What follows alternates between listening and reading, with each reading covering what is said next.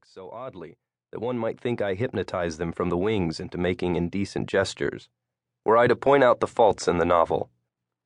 Suffice it to say that, after all but lapsing into false exotism or commonplace comedy, it soars to heights of purity and melancholy that I have only attained in the much later Ada. How do the main characters of Glory stand in relation to those of my other 14 Russian and American novels?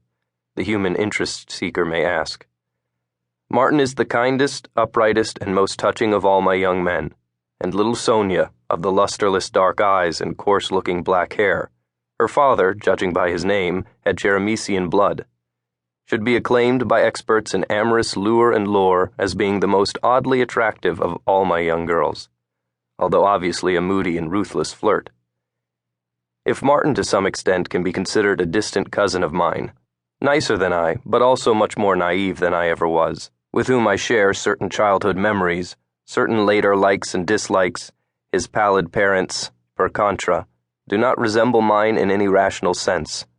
As to Martin's Cambridge friends, Darwin is totally invented and so is Moon, but Vadim and Teddy existed in the reality of my own Cambridge past.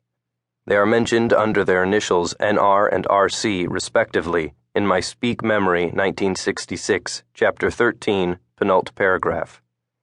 The three staunch patriots dedicated to counter-Bolshevist work, Zilanov, Yagolyevich, and Gruzinov, belong to that group of people politically situated just to the right of the old terrorists and just to the left of the constitutional Democrats, and as far from monarchists on one side as from Marxists on the other, whom I was well acquainted with in the entourage of the very magazine which serialized Podvig, but none is an exact portrait of a specific individual. I feel obliged to give here the proper determination of this political type, recognized at once with the unconscious precision of common knowledge by the Russian intelligent who was the main reader of my books, because I still cannot reconcile myself to the fact, deserving to be commemorated by an annual pyrotechnical display of contempt and sarcasm, that in the meantime American intellectuals had been conditioned by Bolshevist propaganda into utterly disregarding the vigorous existence of liberal thought among Russian expatriates. "You're a Trotskyite, then," brightly suggested an especially limited left-wing writer in New York 1940, when I said I was neither for the Soviets nor for any Tsar. The hero of Glory, however, is not necessarily interested in politics. That is the first of two master tricks on the part of the wizard who made Martin. Fulfillment is the fugal theme of his destiny. He is that rarity, a person whose dreams come true. But the fulfillment itself is invariably permeated by poignant nostalgia. The memory of the childish reverie blends with the expectation of death. The perilous path that Martin finally follows into forbidden Zorland, no connection with Nabokov's Ziembla, only continues to its illogical end, the fairy tale trail winding through the painted woods of a nursery wall picture.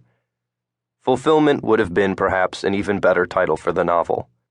Nabokov cannot be unaware that the obvious translation of Podvig is exploit, and indeed it is under that title that as Podvig is listed by bibliographers. But if you once perceive and exploit the verb utilize, gone is the Podvig, the inutile deed of renown. The author chose therefore the oblique Glory, which is a less literal but much richer rendering of the original title, with all its natural associations branching in the bronze sun.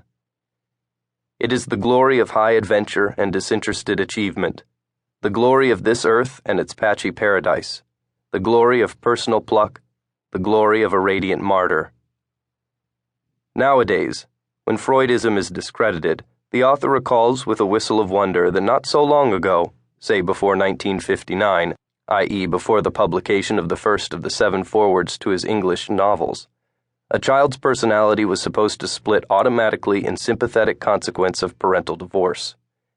His parents' separation has no such effect on Martin's mind, and only a desperate saphead in the throes of a nightmare examination may be excused for connecting Martin's plunge into his fatherland with his having been deprived of his father.